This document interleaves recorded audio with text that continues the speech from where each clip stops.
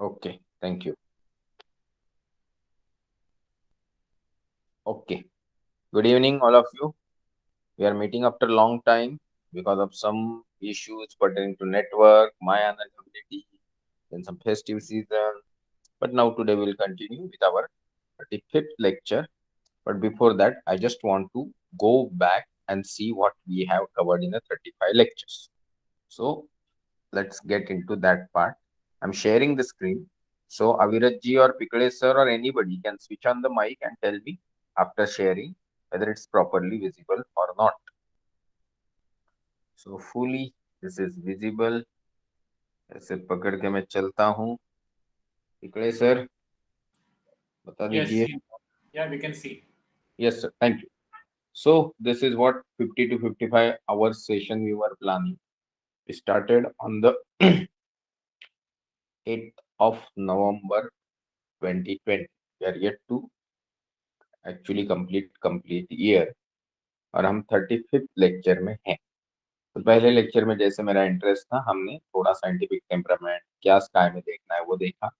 दूसरे में हमने उसी का रिवीजन किया. Then we talked about few constellations. Lecture 3 also few constellations, Stellarium वगैरह देखा. देन कुछ गाइडलाइंस देखी कि देखते वक्त इसका ऑब्जर्वेशन में बेसिक क्या रूल्स फॉलो करने हैं, क्या अंडरस्टैंडिंग रखना है. हम then lecture 4 we talked about that fundamental lecture about origin of universe. Lecture 5 was about vastness of universe, distance scale, and that was the basic part which we wanted to cover. Went into the continuation with a name called astronomy course. Okay, one. Previous was one, then this was two. In first lecture, sixth lecture, which was the first lecture of the second session, we covered Andromeda galaxy and Messier objects in that. We talked about solar system, inner outer planet, distances. Then we talked about in lecture 7, Andromeda galaxy constellation continued. Greek alphabets we covered, Stellarium app and other things we talked. Then lecture 8, Arecibo Observatory, because that was the period when it met with some accident. Pisces Austrinus constellation, Aquarius constellation. Likewise, we continued. In between, we kept covering some celestial events which were happening in and around that particular period, like Great Conjunction we have. Same period, we talked about other constellations like Pegasus, we talked Lacerta, we talked Grus, Tucuna, and deep sky objects in all these particular things. Likewise, we continue in we had examination examination and approximately I think 17, 18, 19, 20, 21, 23, 24, 25, 26, 27, 28. So approximately 26 constellations we have covered in 34 lectures. Today we will be covering one more constellation called Canis Major.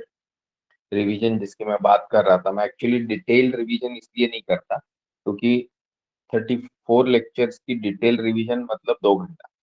तो just I wanted to avoid that. तो Canis major आज देखेंगे. कुछ और part में touch करना चाह रहा था. ये लेक्चर का प्लान जब बना वो 2-3 दिन पहले, 1-2 हफ्ते पहले का पीरियड था. तो मैं स्काई ऑन 15/9 का कुछ प्लानिंग किया था. बट देन सितंबर के सेलेस्टियल इवेंट्स के बारे में बोलने वाला था. We will continue with that though we are at almost at the fag end of the September. Let's see. Then future planning भी है कि अगर हमने तकरीबन 27-26 कॉन्स्टिलेशन कवर किए हैं तो approximately 60-62 constellations are still pending. और ये कॉन्स्टिलेशन में कुछ मेजर कॉन्स्टिलेशन भी है और हमारे पास तकरीबन 20 लेक्चर्स बाकी है. तो कैसे कवर करेंगे इसका यहाँ प्लानिंग है, बट आज उसमें जाएंगे नहीं. आज हम चलेंगे सीधे बाहर ही आ गए. आज हम चलेंगे कुछ और चीज में, बट उसके पहले मैं कौन कौन ज्वाइन किया वो देखना चाहता हूँ. So today we have Avirat, Avya, Urva, doctor Pikade, Om Wankar, Sania, Pradyumna and Shlok. Okay, Shlok का क्लास खत्म हो गया लगता है, ठीक है। सॉरी टू बॉदर यू श्लोक, हमको थोड़ा आपको तकलीफ देना पड़ा क्योंकि आपका क्लास था ऐसा पता चला था। Can't help it. Okay, let's get into today's PPT.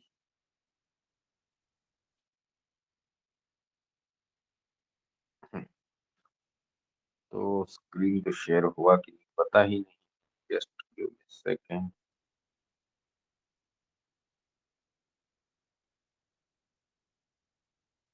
Okay, screen share हो रहा है। तो मतलब आपको पीपीटी दिखा था? पीपीटी दिख रहा है सबको?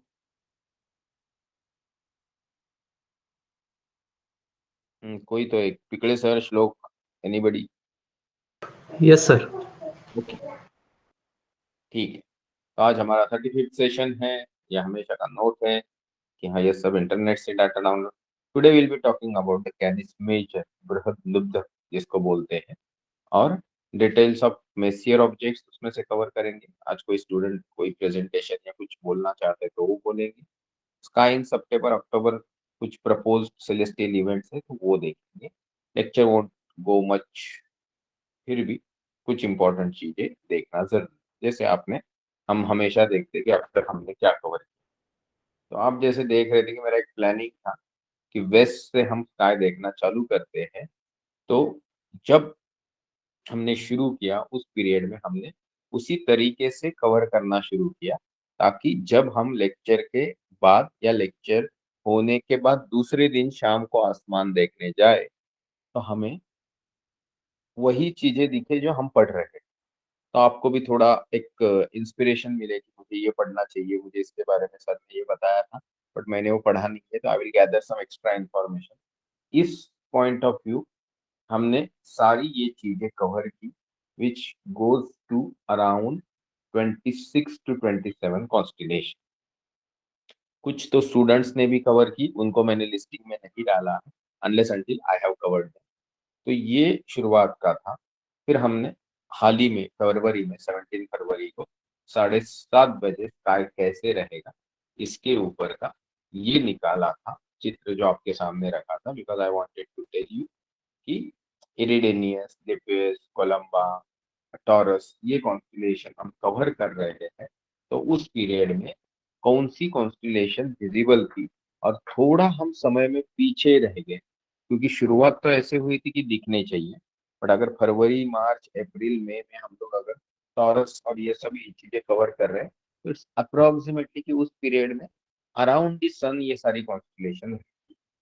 Then we went to further April वाला पीरियड हम देख रहे हैं। जस्ट होल्ड ऑन,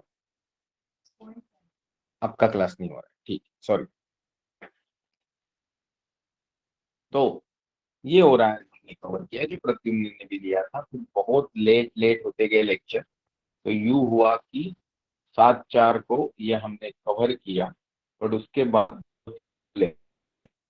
ये बाकी क्या है वो हमको कैनिस मेजर कैनिस माइनर इस बार कवर करने थे, बट मैं कैनिस मेजर के ऊपर ही बोलूंगा। So this is today's lecture start. 7:30 बजे 15 सितंबर को स्काई कंडीशन पनवेल के लिए क्या था ये मैं आपको दिखाना चाह रहा था, क्योंकि lecture was proposed for the 15 सितंबर, और उस दिन इंजीनियर्स डे होने के कारण मेरा लेक्चर किसी और बिहार के कॉलेज ने अरेंज किया था, तो उनको ना नहीं बोल सका मैं, तो आपको मैंने फिर से छुट्टी दे दी, तो उसके लिए एक्सट्रीमली सॉरी। अभी हम चलते हैं कि ये उस दिन जो दिखने वाला आसमान था, नॉर्मली मैं ईस्ट की तरफ नहीं जाता हूँ, आई टॉक अबाउट वेस्ट।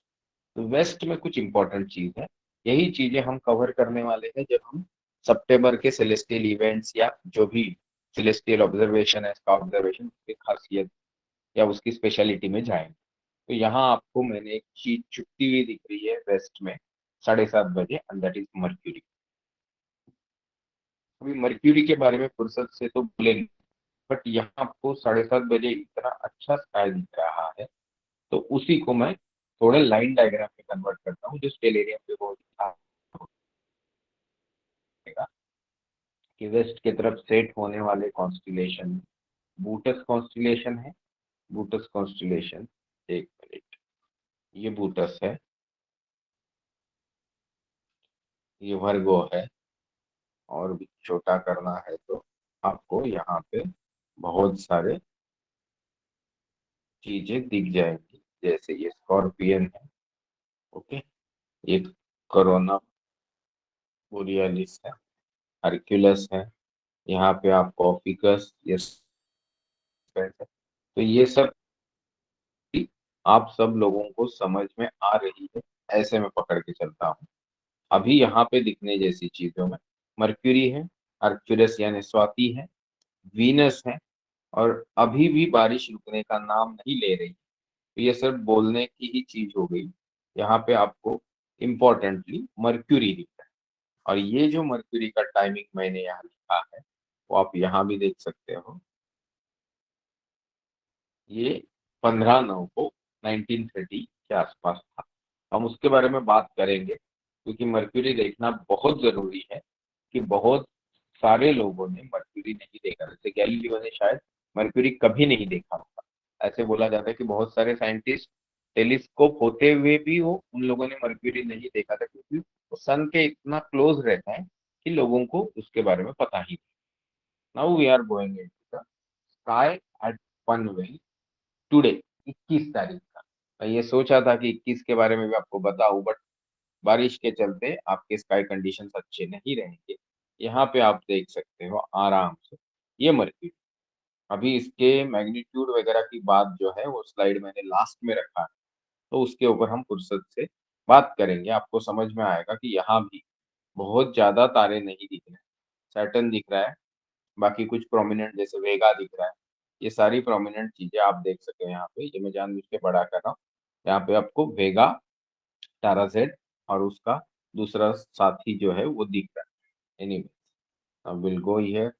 अभी यहाँ पे आप आराम से देख सकते हैं। सॉरी, ये वेगा है। सॉरी, वेगा के साथ टाराजेट क्यों जोड़ा, मुझे अकीला के साथ जोड़ना चाहिए था, दैट इज श्रावण के साथ। तो that was slip of tongue. यहाँ पे फिर से मैंने मर्क्यूरी दिखाने की कोशिश की है कि वो कितना होराइजन से ऊपर है, वर्गो कॉन्स्टलेशन। तो ये रहेगा। यहाँ पे मर्क्यूरी को मैंने ये किया है कि यहाँ पे मर्क्यूरी की जानकारी भी आपको आराम से मिल जाए। ये लाइन मैंने आपके लिए हमेशा पढ़ी है कि मैग्नीट्यूड एक्चुअल वास्तव में वहाँ 0.27 है visual, but reduce to 1.08 because of the 6.29 air मास।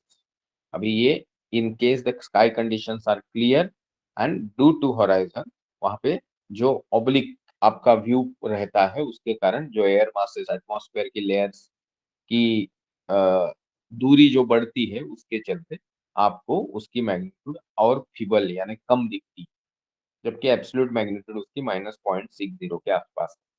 तो ऐसे मर्क्यूरी को हमारी तरफ से देखना ना मुश्किल ही नहीं, नामुमकिन है, क्योंकि स्काई पूरी तरह क्लाउड से ढका हुआ है। तो ये आप सिर्फ दिमाग में रखिए। ये मैंने कुछ आगे का आपको सिर्फ एक रिवाइज करने के लिए रखा है, कि ऐसा तो नहीं कि मैं आगे जाते जा रहा हूँ और आप पीछे बिल्कुल ही पलट के लेक्चर्स नहीं सुन रहे हो, स्काई मैप्स नहीं देख रहे हो, टेलेरियम को समझने की कोशिश नहीं कर रहे हो। ऐसा हो रहा है थोड़ा मुश्किल हो जाएगा। तो मैंने दो मैप डाले हैं, एक 16 अक्टूबर 2021 का, मतलब अगले 15-20 दिन के बाद वाला, और दूसरा मैप इमीडिएटली मैंने डाला है 16 अप्रैल 2022 का। ये दो मैप आपके लिए एक स्ट्रिक्ट कंपैरिजन के लिए है कि 6 महीने बाद रात का आसमान पूरी तरह बदल जाता है। तो उसे थोड़ा हम देखेंगे, या आप यहाँ पे ईस्ट की तरफ से उगते हुए स्कल्प्टर सेटस है, ये मैं मार्क कर देता हूँ चाहिए तो, ये स्कल्प्टर है, ये सेटस है, ये पाइसिस है, यहाँ पे एरिस आ रहा है, ट्रायंगुलम है, एंड्रोमेडा कॉन्स्टिलेशन है, ग्रेट स्क्वायर ऑफ पेगासिस है। ये सब लोग यहाँ पे ईस्ट की तरफ से आ रहे हैं। इसी चीज को मैं हटा देता हूँ और मैं नेक्स्ट में चला जाता हूँ, तो आपको दिखेगा इन सब का नामो निशान ही नहीं यहाँ पे है। उनमें से बहुत सारे लोग यहाँ पे हैं। आप बोलोगे कहाँ पे है, तो यहाँ पे है। देख रहे हैं आप, यहाँ पे ट्रायंगुलम दिख रहा है। ये अगर टॉरस है तो यहाँ कहीं एरिस नीचे, तो मतलब इस हिसाब से जाएंगे। तो जो राइज होने वाले थे कभी 16 अक्टूबर 2021 को, वो 16 अप्रैल 2022 को, 6 महीने बाद वो सेट होने वाले। तो ये अगर आपको समझ में आ गया होगा कि किस तरीके से आसमान घूमता है, तो उसी के लिए सिर्फ ये मैंने दो स्काई मैप रखे थे। इनके ऊपर हम फिर से घूम घूम के बात करेंगे, क्योंकि अक्टूबर वाला आसमान आपको दिखाने के पीछे एक इम्पोर्टेंट चीज है कि इसके बाद हम लोग वो कॉन्स्टिलेशन पढ़ना शुरू करेंगे जो अक्टूबर से शुरू हो, अक्टूबर से सेट होने वाले। तो बीच में हमने बहुत लैगिंग में चले गए। 2-3 कॉन्स्टिलेशन एक लेक्चर में सोचा था, वो एक ही होती रही। फिर बीच में मैंने 5th टू 10th का महाराष्ट्र बोर्ड का सिलेबस कवर किया। नॉलेज के लिए अच्छा था, बट कॉन्स्टिलेशन पीछे रह गई, तो वो हम लोग कवर करने की कोशिश करें। आज ये सब जो मैं बोल रहा हूँ उसके साथ जस्टिस नहीं हो पाएगा, क्योंकि आज मैं एक ही कॉन्स्टिलेशन लेने वाला। बट यहाँ पे मैं आपको कुछ दिखाना चाह रहा हूँ कि चलो मान लो कि 10 अगस्त 2021 को अगर मैं स्काई मैप देखूं सुबह 5 का, तो मुझे क्या दिखने वाला है? सुबह 5 को ईस्ट की तरफ से कैनिस मेजर राइज। तो मतलब अगस्त में ईस्ट की तरफ से कैनिस मेजर राइज हो रहा था। और हमने शुरुआत से पिछले नवंबर से जब से कोर्स शुरू किया है, हम हमेशा ही शाम को सूरज ढलने के बाद हम जब फ्री होंगे और जाएंगे और टेरेस पे और आसमान देखेंगे तो क्या दिखेगा, ये दिखाने की और आपको समझाने की मैं कोशिश कर रहा था। This time onwards we will not be allowing you to be in a comfort zone. हम ये कोशिश करेंगे कि आप सुबह के कॉन्स्टिलेशन भी पढ़ें। जैसे इस बार कैनिस मेजर पढ़ रहे हैं, तो अगली बार हम लोग कैनिस माइनर भी पढ़ेंगे, और शायद वो कॉन्स्टिलेशन भी पढ़ेंगे स्कॉर्पियन जैसी या फिर कोई और, जो आपको अक्टूबर के महीने में शाम को वेस्ट की तरफ शुरुआती पल में ही दिखेगी शाम को। तो दोनों तरफ से हम कवर करने की कोशिश करेंगे, तो आपको स्काई की अंडरस्टैंडिंग बहुत अच्छे से आए। Now will not get into this, will go directly into the Canis Major. बृहदलुब्ध मतलब ग्रेट डॉग, एक महान कुत्ता है। इस कुत्ते के बारे में बहुत सारी स्टोरीज है, और वो स्टोरीज काफी इंटरेस्टिंग है। इसलिए हम शुरुआत करते हैं। ये कैनिस मेजर है, आसमान का व्यू है। अगर आपको ठीक से चित्र नहीं दिख रहे तो सॉरी, बट आप देख सकते हैं इसमें भी कि आराम से ये जो सीरियस है, डॉग स्टार जिसको बोलते हैं, वो कितना प्रोमिनेंट है compare to the other stars. तो उस पे चलेंगे ही, बट उसके पहले आपको थोड़ी मैं जानकारी दे देता हूँ कैनिस मेजर के बारे में।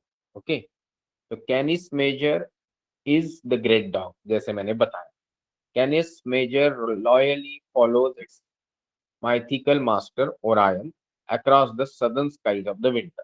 अब ये सदर्न नॉर्दर्न स्काईज को आप थोड़ा समझने की कोशिश करिए। सदर्न स्काईज मतलब आप ईस्ट की तरफ भी देखोगे ओरायन को या फिर कैनिस मेजर को, तो थोड़ा हमारे लिए, मुंबई वालों के लिए, औरंगाबाद वालों के लिए बोलो, जिनको भी जो भी इस सेम लैटिट्यूड बेल्ट में रहते हैं, उनके लिए यही है कि हमको ये सदर्न साइड में ही हल्का दिखेगा।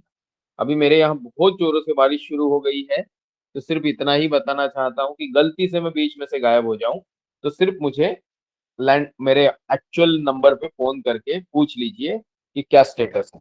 नहीं तो सोच लीजिए कि भाई एक बार मैं इस क्लास से चला गया तो क्लास बंद हो गया, अगली बार कंटिन्यू करेंगे। गांव में रहता हूँ तो बार बार आपको ये मैं रिक्वेस्ट करता रहता हूँ। अपोलॉजीज के अलावा मैं आगे कुछ नहीं बोल सकता। तो let's get into this particular important constellation. ये कॉन्स्टिलेशन इतनी इंपॉर्टेंट क्यों है? क्योंकि इसके बारे में बोलने लग जाओ तो शायद 1 घंटा इसी में लग जाए। इसमें एक इंपॉर्टेंट एलिमेंट है, the brightest star of this particular constellation is happen to be the brightest star of the entire night of sky. कौन है वो? Sirius. which is just 8.6 light years away.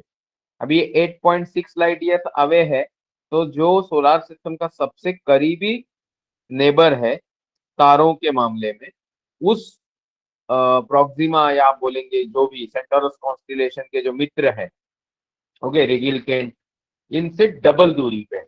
एक 4.25 या 4.36 दूरी पे है, मतलब मित्र जिसको रिगिल सेंटोरस बोलते हैं, ओके, प्रोक्सिमा सेंटोरस बोलते हैं, ए बी और सी। इनसे डबल दूरी पे 8.6 की दूरी पे ये यानी डॉग स्टार है। Because it is the brightest star of the great dog, Sirius is known as a dog star.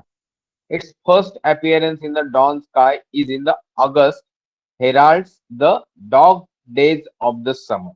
अभी ये जो लैंग्वेज है, ये सारी चीजें मैं नॉर्मली इंटरनेट से उठा के वैसे आपको बताता हूं, ताकि आपको समझ में आए कि as far as the celestial bodies observation is concerned, they are the main fiber to connect the complete human civilization। आप यहाँ बैठे हो कि नैरोबी में बैठे हो कि बर्लिन में बैठे हो कि आप मॉस्को में बैठे हो, आप कहीं भी बैठे रहो, आपको आसमान में कुछ ना कुछ चीजें सदियों से दिखती आ रही है। और वो चीजें आपकी उस पुरानी सभ्यता ने किसी तरीके से लिखने की कोशिश की। जैसे आप देखो यहाँ पे, सोचो जो आपके सामने एक चित्र है, उसको लाइन डायग्राम न बनाऊं मैं तो खुद का इमेजिन करना मुश्किल है। बट सच पूछिए तो एक बार आपने ये सुन लिया और आप रात के खुले आसमान में इस कॉन्स्टिलेशन को देख रहे हो, तो ऐसे अपीयर होने लगता है जैसे कि आपके ऊपर सचमुच एक कोई कार्टून का लाइन डायग्राम से बना हुआ डॉग वहां पे अपीयर कर रहा है। तो इसी के चलते लोगों ने इसको ग्रेट डॉग बोला गया, जो बेसिकली ओरायन द हंटर का कंपेनियन था। आगे जाके कैनिस मेजर को एक साथी मिला, कैनिस माइनर, मतलब एक ग्रेटर डॉग मिला तो दूसरा लेसर डॉग मिला। और ये लेसर डॉग, ग्रेटर डॉग, ये दोनों कॉन्स्टिलेशन आसमान में काफी फेमस है। Canis Major is a constellation of the southern celestial hemisphere. It is there identified since second century. ये सेकेंड सेंचुरी से भी पहले है, क्योंकि सच पूछिए तो बिफोर क्राइस्ट मतलब बीसीई पीरियड में भी इसके काफी नाम थे, और ये बहुत सारी जगह पे हमें मिलती है। It was included in Ptolemy's 48 constellation जो सेकेंड सेंचुरी की है, and counted among the 88 modern constellations also। Its name is Latin for the greater dog, in contrast to the Canis Minor, which is the lesser dog। Both figures are commonly represented as the constellations of the Orion the Hunter through the sky। Milky Way passes through the Canis Major, and several open clusters lie within this border। Notably M41 की हम बात करेंगे तो temporarily आपको मालूम होना चाहिए कि इसका एब्रिसिएशन जो है वो कैपिटल सी, कैपिटल एम और ए, मतलब कैनिस मेजोरिस ऐसे बोला जाता है इसको जेनेटिवली। और इसका right ascension 6 hour 12.5 minutes to 7 hour 27.5 minutes का है। Area 380 square degree, 43rd constellation area wise in 88 international astronomically union identified constellation। Main star 8 है, डिक्लिनेशन -11.03 है टू -33.25। मेन स्टार 8 है, फ्लैम्स्टीड के मेथड से या बायर की मेथड से 32 है। स्टार्स विथ प्लैनेट पुरानी डाटा होगी 7 है, और ब्राइटर देन 3 मैग्नीट्यूड 5 तारे। 10 पार्सेक के अंदर एक ही तारा है, that is serious. Messier object एक ही है, बट न्यू जनरल कैटलॉग के बहुत सारे ऑब्जेक्ट इसमें पाए जाते हैं। मिटियोर शॉवर यहाँ से कुछ कोई भी नहीं होता। और इसके bordering constellation Monoceros, Shringashva, Lepus, Columba, Paravat, Puppis, ये सारी चीजें हैं। Visible latitude is +60 degree to -90 degree, and best visibility is 9 PM during the month of February. तो मंथ ऑफ फेब्रुवरी तो चला गया है, उसको आने में अभी समय है। आज हम पढ़ेंगे और तभी देखेंगे, क्योंकि पिछली बार हमने देखने की इसको कोशिश की थी। तो before going into the other part, next diagram इस तरीके से, ये डायग्राम हमने लिपिड के टाइम पे देखा था। अभी हम ये कैनिस मेजर के टाइम पे हट्टा कट्टा एक डॉग देखेंगे, इस तरीके से जो डिपिक्शन है जो यहाँ पे आप देख सकते हैं। मैं पहले स्टार्स के काउंटिंग में नहीं जाऊंगा, बट इम्पोर्टेंटली यहाँ पे सीरियस, मिर्जैम, वेजेन, अदरा एंड अलुद्रा ये बहुत ही फेमस तारे हैं और जिनके ऊपर आज समय व्यतीत करने वाले हैं। बट उसके पहले जाएंगे ये वाले में, जो कैनिस मेजर ऑन द मानुचीहर नाम का जो एक ग्लोब दिखाया है स्वीडन की पुरानी सिविलाइजेशन में, उसमें वो इस तरीके से दिखाया गया था। आप देख सकते हो कि इस डॉग के मुंह में जो स्टार दिखाया उसका मैग्नीट्यूड कितना ज्यादा दिखाया। बाकी सब तो छोटे छोटे हैं, बट दिखाया कि ये पुराना एंटिक अवेलेबल है। अभी हम इसमें जाएंगे, बट इंटरनेशनल एस्ट्रोनॉमिकल यूनियन के मैप में जाने के पहले हम थोड़ी थ्योरी पढ़ेंगे, जो है वेस्टर्न एस्ट्रोनॉमी में existing mythology of Canis Major constellation and specific details to the Sirius। ये भी है, इसलिए मैं सीरियस स्पेसिफिकली बोलूंगा। Sirius A, the brightest star in the night sky, lies in a Canis Major constellation. In ancient Mesopotamia, Sirius, named Cascade by the Babylonians, was seen as the arrow aiming towards Orion। ये जब मैं खुद पढ़ रहा था तो मुझे याद आया कि इवन हिंदू माइथोलॉजी में ये जो सीरियस है इसको व्याध बोलते हैं, मतलब व्याध, व्याधा सा तारा है ना। तो ये जो व्याध है ये बेसिकली वही है जो एरो और बो लेके ओरायन दी हंटर, जो हमारे माइथोलॉजी या हमारे पुराण के हिसाब से ब्रह्मा जी है, जिन्होंने मृग रूप लिया है, उनको तकलीफ या उनको किसी गलत कर्म से रोकने के लिए ये हंटर काम कर रहा है। नाउ यू जस्ट सी, पुराने जमाने में लोग यहाँ से वहां जाते नहीं थे, तो कॉपी करके कोई इंफॉर्मेशन पास नहीं होता था। बट फिर भी हम यहाँ की बात कर रहे हैं और बेबीलियंस जो इतने दूर बैठे हैं उनकी बात कर रहे हैं, जबकि स्टोरीज अप्रोक्सीमेटली मैचिंग है। तो ये आपको बहुत इंपॉर्टेंट चीज के बारे में जानकारी देता है एस्ट्रोनॉमी का पढ़ाई, कि दुनिया आज हो, पहले हो या आगे जाके हो, जोड़ने का काम सही मायने में साइंस और नॉलेज करता है। अगर वो साइंटिफिक थिंकिंग बेस्ड हो तो गलत फहमियों का चांस कम से कम होता है। हम बात कर, ये जो जुड़ी कहानियां है वो हंटर से है। कोई ओरायन में हंटर देखता है तो कोई कैनिस मेजर में हंटर देखता है, उसका बो एंड एरो देखता है। तो the southern stars of the Canis Major and a part of Puppis were viewed as a bow named Ban, B-A-N, in the three stars, each tablet dating to around 1100 BCE. In the latter compendium of Babylonian astronomy and astrology titled Mulapin, ये मुलापिन word में बहुत बार आपको बोला होगा, the arrow Sirius was also linked with the warrior Ninurtaha and the bow with Ishtar, daughter of Enlil. Ninurtaha was linked to the latter deity Marduk, who was said to have slain the ocean goddess Tiamat with a great bow. It is a basically principal deity in the Babylonian civilization. Ancient Greek replaced the bow and arrow depiction with that of the dog. अभी ये होता है कि जिसकी लाठी उसकी भैंस, जो जहां राज करता है उसको जो सही लगा उसने वो बोला और आगे की पीढ़ियों ने उसको फॉलो किया। तो ये होता ही रहा है इंसानी सभ्यता में, ये बहुत बार होता रहा।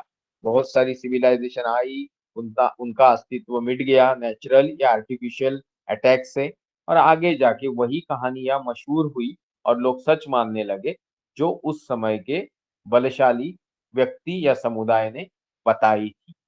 इन Greek mythology Canis Major represented the dog, a gift from Zeus to Europa। अभी ये सीधे पुराण में घुस जाते हैं ग्रीक माइथोलॉजी वाले, और sometime hounds of the Procris, Diana's nymph, or the one given by Aurora to the Cephalius, so famed for its speed that Zeus elevated it to the sky। ये वो कुत्ता है जो किसी ने किसी को गिफ्ट किया और गिफ्ट करने के बाद उसका स्पीड इतना ट्रेमेंडस था कि उसको जीवस, मतलब भाई अपने इंद्र भगवान जो है उनके जैसे जो आसमान के राजा थे उनके हिसाब से देवों के प्रमुख, उन्होंने उनको आसमान में जगह दे दिया एज पर ग्रीक माइथोलॉजी। अभी इनको रिप्रेजेंटेटिव ओरायन के हंटिंग डॉग की तरह भी देखा जाता है, जो लेपिस द हेयर को फॉलो कर रहे थे, या फिर ओरायन जब टॉरस के साथ फाइट कर रहा था तो उसको असिस्टेंस दे रहे। तो ये सारी बहुत सारी कहानियां जुड़ी हुई है कैनिस मेजर के साथ। The Roman myth refers to the Canis Major as a custos Europa, the dog guarding Europa, but failing to prevent her abduction by the Jupiter in the form of bull, and as a genital chose the watchdog. The middle, अभी मैं jump कर रहा हूँ western astronomy से eastern astronomy की तरफ, तो मैं बात करूंगा मिडल ईस्ट की, मतलब अरेबियन सिविलाइजेशन की, और मैं बताऊंगा आपको कि वहां पे इस स्टोरी के बारे में क्या story. The constellation becomes Al Kalb Al Akbar the greater dog, transcript as a Alcheleb by the 17th century writer Edmund Chilmit. Islamic scholar Abu Rehan referred to Orion as Al-Jabbar, the dog of the giant. And among the Merazig of Tunisia, Shepherd notes 6 constellations that the mark passage of the dry hot season. One of them called Merazim, including the stars of the Canis Major, Canis Minor, and the herald of 2 weeks of the hot weather. अभी ये आपको समझना बहुत जरूरी है कि मैंने आपको ये बोला था कि अपने यहाँ जो बारिश होती है मृगाथा पाउस 7 ऑफ द जून, उस समय सूरज जो है वो जो मृग है ओरायन, उसका जो टिप है मतलब मृग का शीर्ष है, उस जगह पे एक्चुअली प्लेस्ड होता है। यहाँ पे भी टाइम कीपिंग की ही बात कर रहे हैं इस्लामिक स्कॉलर या फिर अरेबियन एरिया के स्कॉलर्स, कि इस पर्टिकुलर पीरियड में 2 वीक में बहुत ज्यादा हॉट वेदर होता है जब सूरज इन कैनिस मेजर कैनिस माइनर के आसपास होता है। तो आप समझ सकते हो कि the main uses of this celestial twinkling star like objects was always to plan for the or keep the track of seasons and time in a miniature or microscopic or macroscopic form. In non-Western astronomy, Canis Major observed above the Kuntan, और ये जो है ये Chinese astronomy की तरफ move करेगा अभी। The modern constellation of Canis Major is located in a vermilion bird, उसका नाम भी है चाइनीज नानफैंग जू क्यू, ये मुझे भी कुछ समझा नहीं। where the stars were classified in the separate asterism of stars, और उनका फिर आगे जाके बहुत सारा क्लासिफिकेशन है जो हम नॉर्मली करते हैं, nu 3 beta xi 1 xi 2 and some other forms of the lepid. ये यहाँ वहाँ के तारे भी जोड़े जाते हैं जब सिविलाइजेशन चेंज होता है, बट इंटरनेशनल एस्ट्रोनॉमिकल यूनियन ने ये सारी गड़बड़ियां हटा के अपना इंडिपेंडेंट ग्रुप ऑफ स्टार्स करते हुए 88 कॉन्स्टिलेशन को आइडेंटिफाई किया। अभी Canis Major is a constellation in the southern hemisphere bordered by the Monoceros Columba, ये सब हमने अच्छे से पढ़ा तो हम उसको रिपीट नहीं करेंगे। अभी हम जाएंगे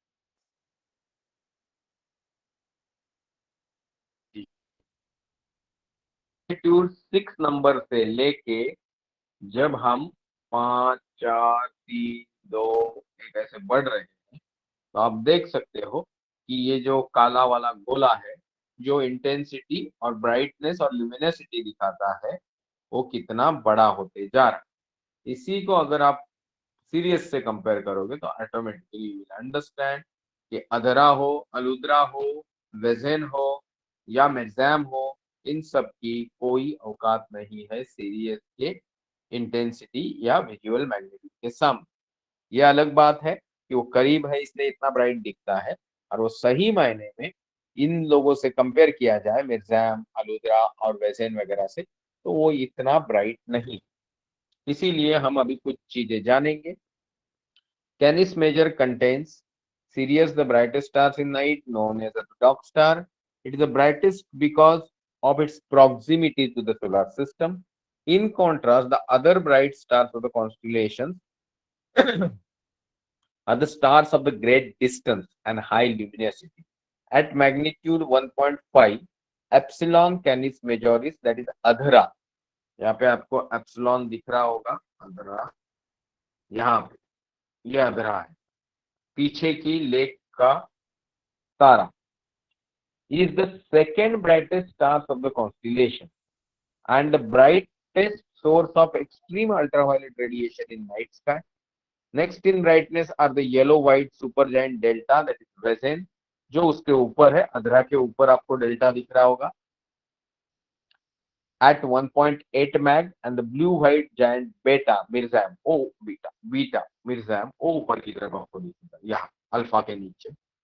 तो ये जो आपको मिर्जाम दिख रहा है वो 2 मैग्नीट्यूड का है। Blue white supergiant eta, that is Aludra, eta आपको यहाँ पे दिखेगा, पीछे की तरफ जाएंगे तो टेल वन, तो ये अलुद्रा है।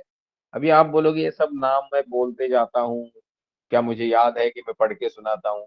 तो आप ऐसा 100% ले सकते हो कि 50% चीजें मैं आपको पढ़ के सुनाता हूँ ताकि आपके पास गलत इंफॉर्मेशन न जाए। बट ये 50% चीजें जो मैं आपको मेरे दिमाग से सुनाता हूँ, उसको भी आपको क्रॉस चेक करना चाहिए, क्योंकि जो एक्चुअल नेट से डाउनलोडेड इंफॉर्मेशन है, जो 50% दिमाग से है, इनका मिक्स बना के आप आपके सेशंस लेने वाले, और वो सेशन बहुत जरूरी है आपके लिए, ताकि आपको कॉन्फिडेंस आए, आपको जानकारी बटोरने के लिए इंस्पिरेशन या कोई पिंचिंग पॉइंट मिले कि मुझे ये पढ़ना पड़ेगा, नहीं तभी तो मैं दूसरे को बता पाऊँ। तो ये है ये तारों की खासियत। अभी हम बात करेंगे red hyper giant VY Canis Majoris की।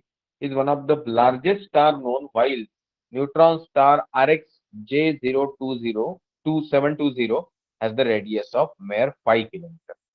तो ये स्पेशलिटी है, इसमें ये स्पेशलिटी है में, और उसके तारों के बारे में, इनके बारे में बहुत कुछ बताया जा सकता है, बट टेम्पररी हम बात करेंगे सीरियस ए और उससे जुड़े हुए व्हाइट ड्वार्फ की, जो यहाँ आपको चित्र में बिल्कुल नहीं दिखेगा, वो आपको सिर्फ समझ के सुन के लेना पड़ेगा मेरे मुंह से कि serious is double star and what we see is a 20 times brighter than the sun।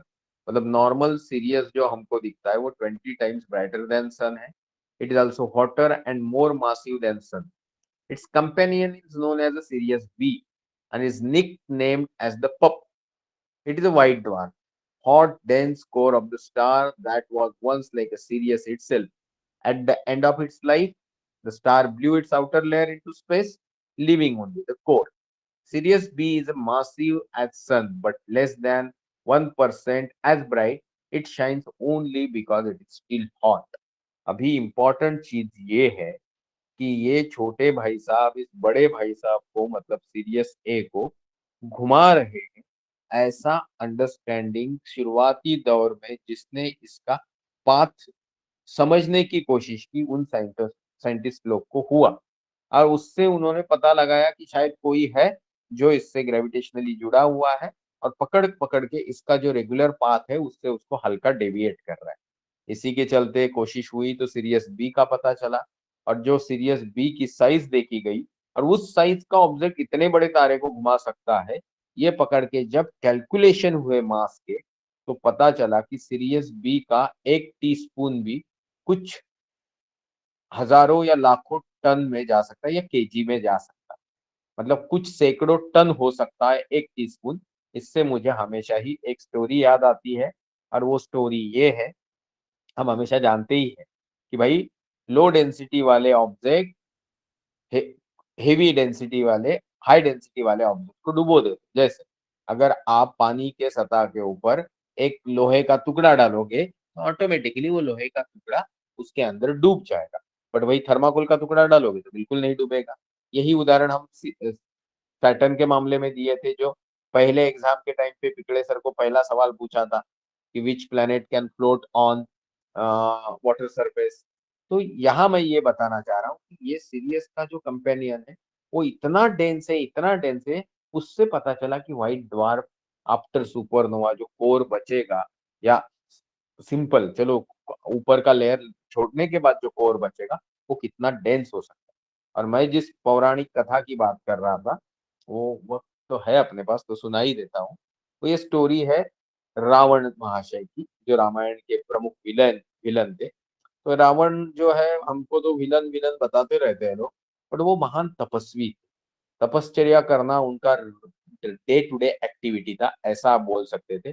और उनकी ये तपश्चर्या के बल के ऊपर पूरे स्वर्गलोक के देव देवता भी उनसे डरे हुए हैं। तो ऐसे उन्होंने कभी तो भगवान शिव की पूजा कर ली और कुछ ऐसा मांग लिया कि वो मांगने के बाद वैसे ही डरे हुए देव लोग और डर गए, क्योंकि उन्होंने शिव भगवान से कुछ ऐसी चीज मांग ली थी जिससे उनको हराना मारना मुश्किल ही नहीं, नामुमकिन होने वाला था। और वो चीज थी, उन्होंने शिव से उनकी एक कुछ इस तरीके की, क्या बोल सकते हैं, शिवलिंग जैसा कुछ चीज लिया था। तो शिव ने अपने आप को थोड़ा हल्का बचाते हुए ये बोला था कि जब तक तुम इसको सही तरीके से अनुष्ठान से रखो नहीं, जहाँ पे तुम रखना चाहते हो, उसके पहले अगर आपने इसको जमीन पे रख दिया तो ये जमीन के अंदर समा जाएगा और आपने इतनी मेहनत करके जो सिद्धि पाने की कोशिश की है वो पूरी असफल हो जाए। तो what happens on the move towards, after, चलो कैलाश में उन्होंने तपस्या कर ली, मान लेते हैं, हिमालय में, और जा रहे श्रीलंका की तरफ।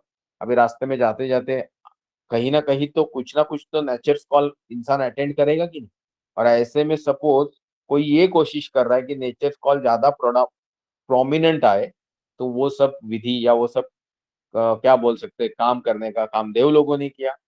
रावण जी जा रहे थे, जाते वक्त उनको बहुत जोर से नंबर 1 आया, और उस दरमियान उनको किसी को वो शिवलिंग जो है वो थमाना था। तो चरवाहे में कोठर वैसे पाल साक्षात भगवान गणेश, उनको उसी के लिए रखा गया था, मोस्ट इंटेलिजेंट गॉड। तो भाई ये जो रावण जी जा रहे थे, उन्होंने इनको देखा और बोला कि भाई एक मेरे लिए थोड़ा काम करोगे। मैं यू गया और यू आया, आप ये इसको हाथ में पकड़ के रखें। तो यहाँ पे भगवान गणेश एक ट्रिक लगाते हैं कि भाई आप बोर तो नहीं हो रहे हो ना, मैं स्टोरी बताते जा रहा हूँ, ऐसा ना हो कि आप लोग बोलेंगे क्या सुना रहे हैं। Anybody please prompt me, are you getting bored और नॉट। अभी यस मत बोलो। पिछले सर कंटिन्यू करे क्या? Yes yes. हाँ, थैंक यू। देर से यस आने का मुझे बड़ा डर लगता है। तो एनीवेज, तो ये जो भगवान गणेश जी के हाथ में देने के बाद रावण निकल नहीं वाले थे, तो गणेश जी ने कंडीशन रखी। गणेश जी ने बोला होगा कि भाई मैं अल्फा बीटा या फिर 1 2 3 या फिर जो भी, अब अकड़ई, तो बोला भाई मैं इतने ही गिनूंगा, उसके बाद तुम नहीं आए तो मुझे रखना पड़ेगा। बोले तुम टेंशन मत लो, I will manage the things. Ravan काफी कॉन्फिडेंट थे ये सारी चीजें। तो फिर रावण जी चले गए सुसु करने, और यहाँ पे गणपति जी ने काउंटडाउन शुरू कर दिया। देव लोगों ने पूरी तरीके से कोशिश की और जोर लगाया कि रावण की सुसु खत्म ही ना। ये हो गया, एक हो गया, दो हो गया, तालाब भर गए, बाढ़ आ गई, पूरी दुनिया बहने लगी, फिर भी सुसु रुक नहीं रहा और रावण जी वापस आ नहीं रहे। अभी बीच में तो रोक नहीं सकते। तो गणेश जी ने अपने कंडीशन के हिसाब से उस शिवलिंग को जमीन के ऊपर रख दिया, और वो जमीन के अंदर जो चला गया, उसके बाद उसको रावण जी कभी निकाल नहीं पाए। तो मुझे ये स्टोरी क्यों याद आती है पता नहीं, बट जो सीरियस का काउंटर पार्ट है सीरियस बी, वो इतना हेवी है कि उसका टीस्पून अगर इतना हाई डेंसिटी वाला अगर आप किसी सरफेस पे रख दो तो शायद वो भी अंदर चला जाए। कितना सटीक था ये स्टोरी मुझे नहीं पता, और मुझे लगा कि आपको बताना चाहिए, तो मैंने आपको बता दी। तो अभी हम चलते हैं सीरियस के इस पर्टिकुलर पार्टनर के बारे में हमने पढ़ा। अभी हम आगे चलते हैं डीप स्काई ऑब्जेक्ट के साथ। अभी डीप स्काई ऑब्जेक्ट के पहले मेरे पास एक बहुत इंपॉर्टेंट एलिमेंट है, and that is basically V Y Canis Major. तो वी वाई कैनिस मेजरिस के बारे में हम पढ़ेंगे। डीप स्काई ऑब्जेक्ट, यहाँ आपको देखिए कुछ आंकड़े दिखेंगे, 2360, देन आपको दिखेगा M41, 2362। ये सब उसके डीप स्काई ऑब्जेक्ट है जिनके बारे में हम डिटेल में फास्ट फास्ट पढ़ेंगे। अभी हम चलते हैं वी वाई कैनिस मेजरिस की तरफ। ये स्लाइड आप लोगों ने बहुत बार देखा होगा, मैं भी किसी और तरीके से ये स्लाइड दिखाता हूँ। कंपैरेटिव स्केल है कि तारे कितने बड़े हैं और वी वाई कैनिस मेजरिस, जिसको बहुत बड़ा तारा बोला जाता है, वो कितना बड़ा है। तो यहाँ पे आपको पहला वाला मर्क्यूरी नाम का प्लेनेट दिखा है जिसका डायमीटर है 4880 किलोमीटर। मार्स है, फिर वीनस है जो पृथ्वी के लगभग जैसा ही है, और अर्थ। सेकंड नंबर के स्लाइड में आपको दिखाएंगे कि अर्थ जिसका डायमीटर 12,750 किलोमीटर है वो जुपिटर से कितना छोटा है, ऑब्वियसली, क्योंकि जुपिटर में तकरीबन 1300 अर्थ अकोमोडेट हो सकती है। तो हम चले आगे। यहाँ पे हम दिखाने की कोशिश कर रहे हैं कि ये जो जुपिटर भाई साहब है 1300 अर्थ अकोमोडेट हो सकती है, उनके सामने सीरियस कितना बड़ा है। सीरियस छोड़िए, सन के सामने भी वो सीरियस कितना बड़ा है। तो फिर इनको पीछे छोड़ के हम चलते हैं आगे कि ये जो सीरियस हमने देखा, ये सीरियस के सामने अल्देब्रान मतलब रोहिणी कितना बड़ा है। ये देखिए सीरियस और ये है रोहिणी, तो भाई सचमुच काफी बड़ा है। अभी हम चले कि भाई ये जो रोहिणी है मतलब अल्देब्रान, इसके सामने बिटेल्यूस कितना बड़ा है, मतलब काक्षी। और इसके आगे हम चलेंगे कि बिटेल्यूस के सामने ये आपका वीवाई कैनिस मेजोरिस कितना बड़ा है। बीच में तो म्यू सिफेई मतलब सेफियस कॉन्स्टिलेशन का ये लाल वाला तारा हमने पढ़ा था, आपको मालूम होगा। और ये वीवी सेफी ये है, बट वीवाई कैनिस मेजोरिस उससे भी बड़ा है। तो ये सारे स्टोरीज का तात्पर्य समझने के लिए ये ऐसे देख के फायदा नहीं होगा, देखना पड़ेगा ऐसे। और उसमें भी आपको ये देखना है। अभी गड़बड़ हो गई, यहाँ पे तो आपको छोटू दिख ही नहीं रहा। चलो मान लो कि यहाँ जो मैं आपको डॉटेड सर्कल दिखाने की कोशिश कर रहा हूँ, इस चौकोन के अंदर एक डॉट है जो सूरज है, और ये जो बड़ा सा तारा दिख रहा है वो वीवाई कैनिस मेजोरिस है। और उसी चौकोन को बड़ा करके मैं यहाँ दिखा रहा हूँ कि ये सन है और ये वीवाई कैनिस मेजोरिस है। और सन के आसपास ये जो डॉटेड सर्कल आपको दिख रहा है, ये वाला, ये डॉटेड सर्कल अर्थ की ऑर्बिट है।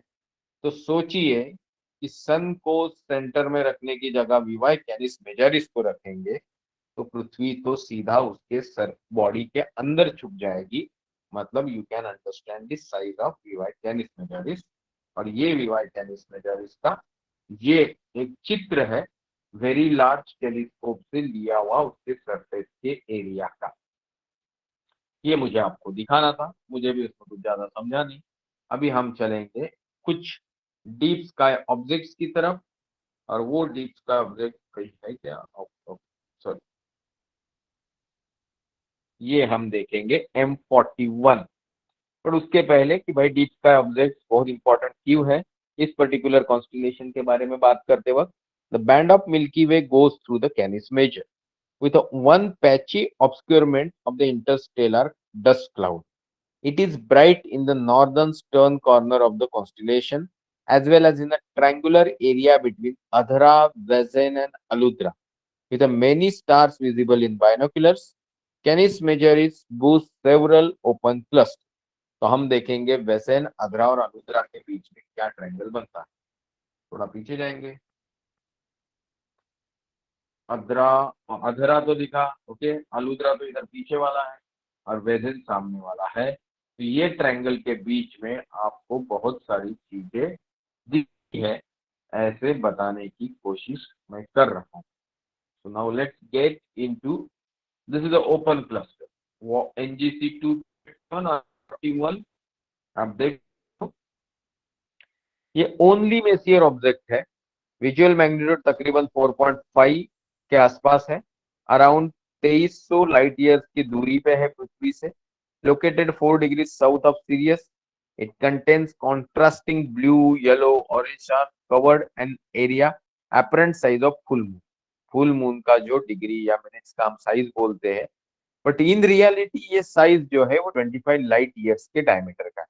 आप सबको पता ही होगा कि हमारा पूरा सोलर सिस्टम का डायमीटर भी 1 लाइट ईयर से थोड़ा कम है। Its most luminous stars of the M41 are evolved into the giants. Brightest is a 6.3 magnitude star of the spectral class K3, located in the field around 12 Canis Majoris. उसके बारे में हम ज्यादा बात नहीं करेंगे। इसमें ये लिखा गया मैंने पाया तो मुझे थोड़ा अच्छा लगा कि M41 और NGC2287 was discovered by Battista Handeriana before 1654. and was one of the perhaps known to the Aristotle about 325 BC.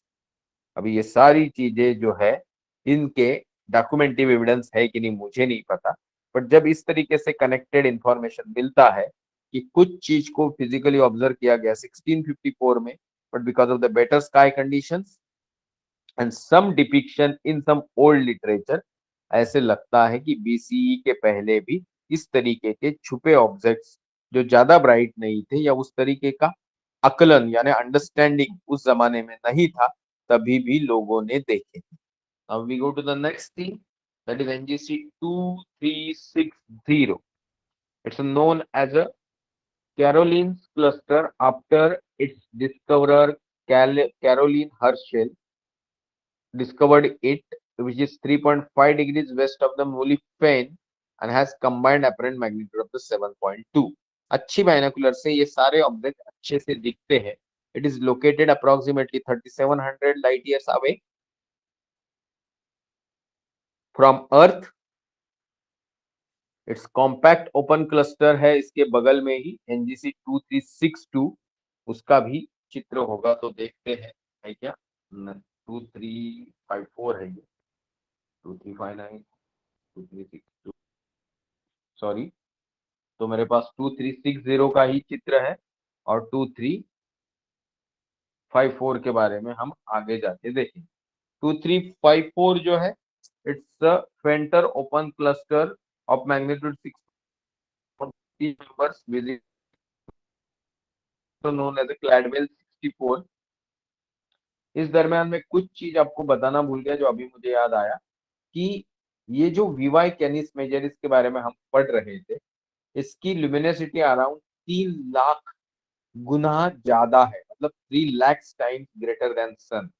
इसका करंट मास जो है 17 प्लस और माइनस 8, मतलब पकड़ लो तकरीबन 25 से 32 सोलार मासेस के आसपास है। कैनिस में ये जो वीवाई कैनिस मेजरिस है ये surrounded by the red reflection nebula है। Some material expelled from the strong stellar winds from this particular thing.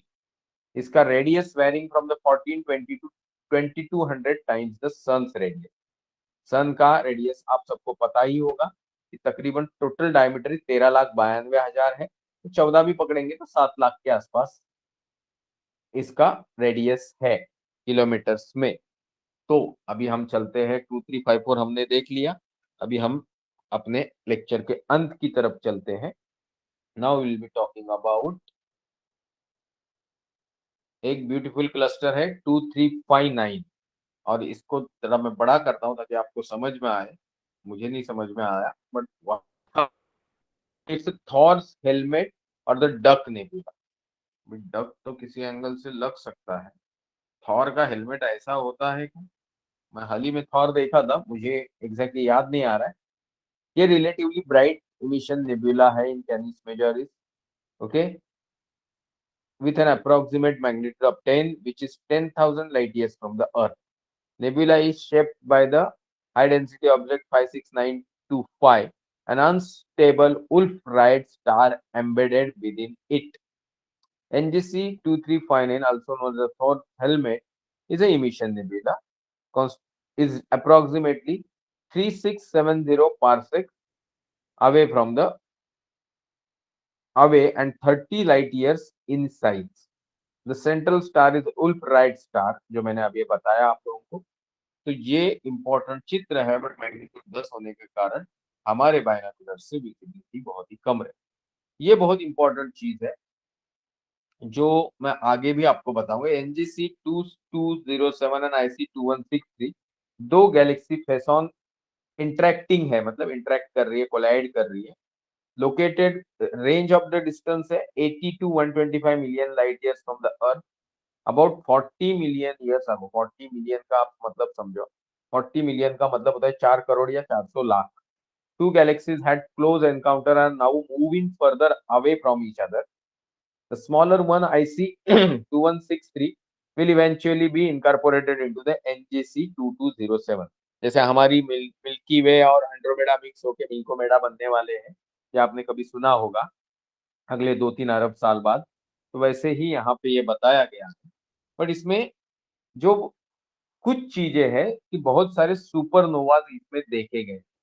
1999 में भी देखा गया, मतलब 1999 में देखा गया, देन 2003 में देखा गया। तो इस तरीके की चीजों को देखने का अवसर ये कॉन्स्टिलेशन हमको देता है। This is very interesting.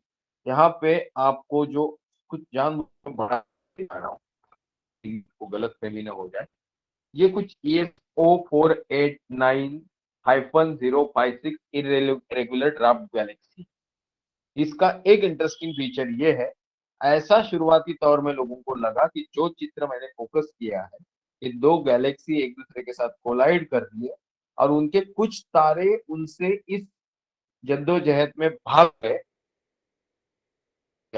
देख पा रहे हो। कुछ ही दिनों बाद पता चला कि ये गलत फहमी, इस तरीके से कोई चीज नहीं, एक ड्वार्फ गैलेक्सी है जिसका स्थान और ये इंटरेक्टिंग गैलेक्सी का स्थान, इसमें बहुत अंतर है। तो बहुत बार कुछ अंदाजा लगाते वक्त बहुत सारी मिस्टेक, एस्ट्रोनॉमी कोई अलग फील्ड नहीं है, यहाँ भी ये होता है। ये ध्यान में रखते हुए आप अपना इंटरेस्ट परस्यू करिए।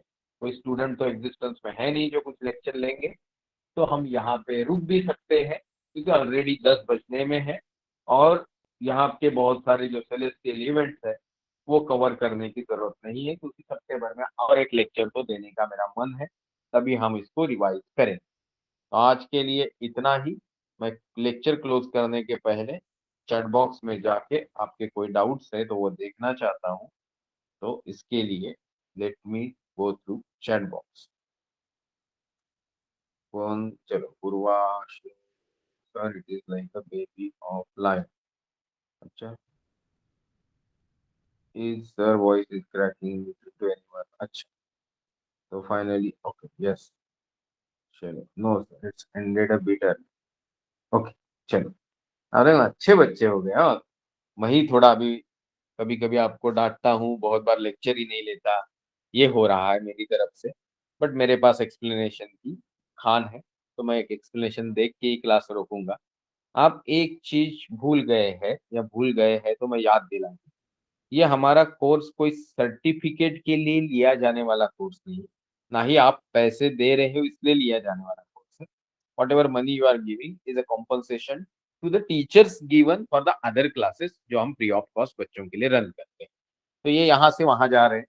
और दूसरी इंपॉर्टेंट चीज, आपको एस्ट्रोनॉमी से रूबरू अवगत अपडेट कराते वक्त मेरा भी नॉलेज बढ़ रहा है, तो मैं इस कोर्स को रोकना ही नहीं चाहता।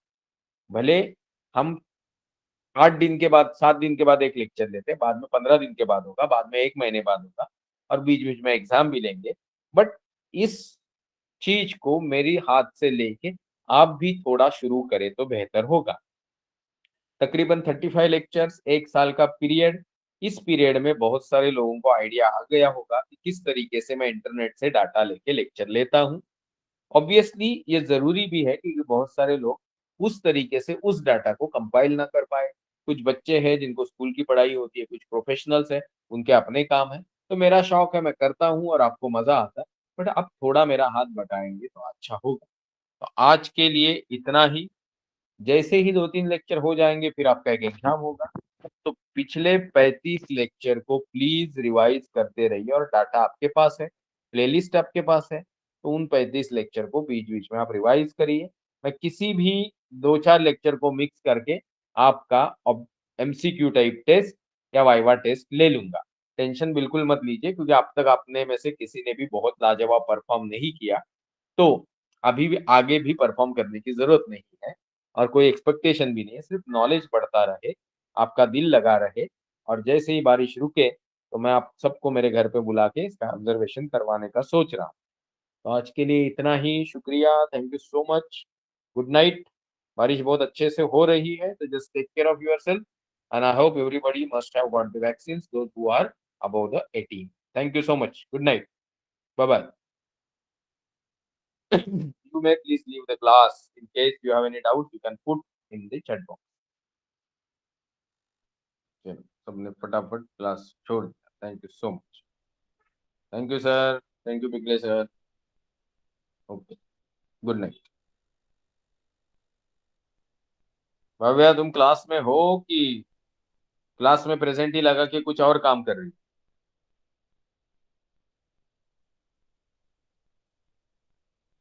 I will